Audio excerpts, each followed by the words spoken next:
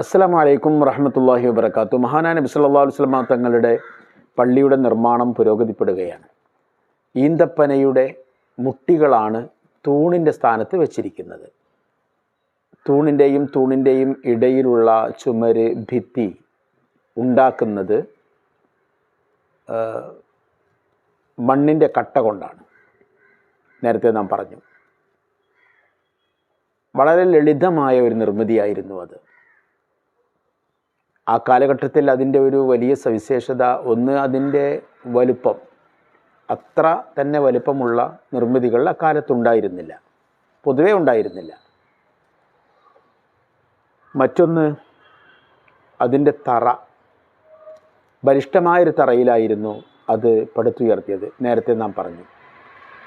നിർമ്മാണമെല്ലാം പൂർത്തിയായി കഴിഞ്ഞപ്പോൾ മഹാനായ നബി സല്ലല്ലാഹു അലൈഹി വസല്ലം തങ്ങളുടെ പള്ളിയുടെ വ്യാസം, വലുപ്പം എത്രയുണ്ടായിരുന്നു എന്നത് കൗതുകരമാണ്. 35 മീറ്റർ ആയിരുന്നു നീളം.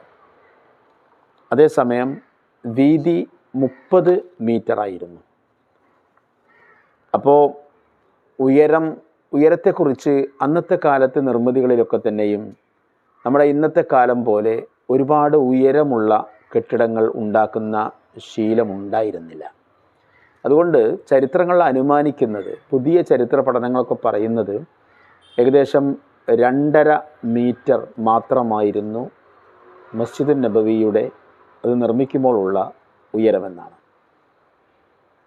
ഇനി അത് മറ്റു ചില അഭിപ്രായങ്ങൾ കൂടി, കാരണം മീറ്റർ വെച്ചല്ല അക്കാലത്തെ അളവ്, മുഴം വെച്ചാണ്. മുഴം പലപ്പോഴും വ്യത്യാസപ്പെടാനുള്ള സാധ്യതയുണ്ട്. കാരണം മനുഷ്യൻ്റെ ഒരു മിതമായ ശരീരപ്രകൃതമുള്ള ഒരു മനുഷ്യൻ്റെ കൈ വെച്ചാണ് അളക്കുന്നത്.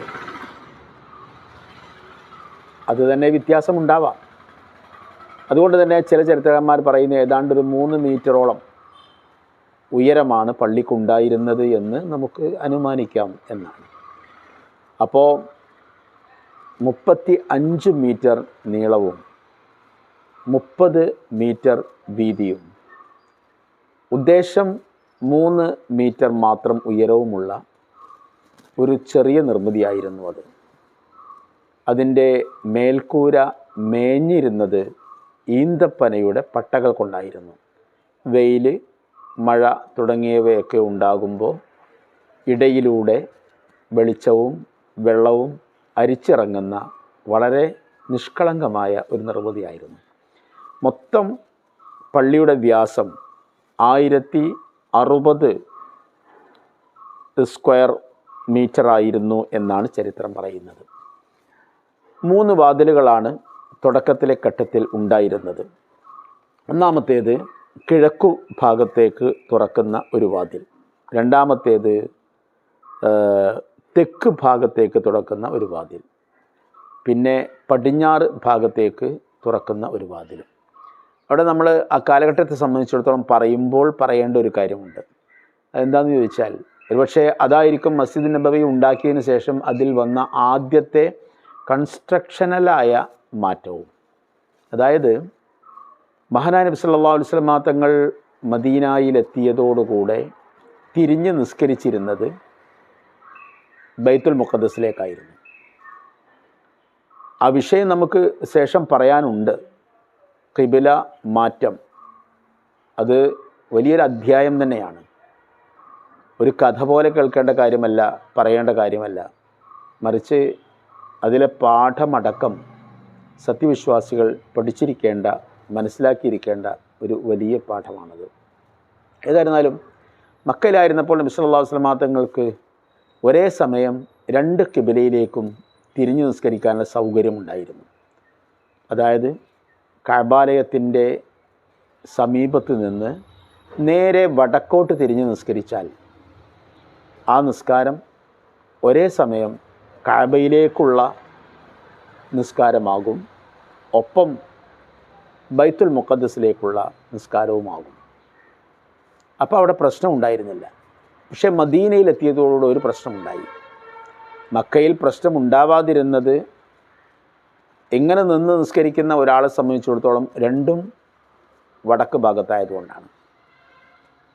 മദീനയിലെത്തുമ്പോൾ രണ്ടിൽ ഒന്നിലേക്ക് മാത്രമേ തിരിയാൻ കഴിയൂ.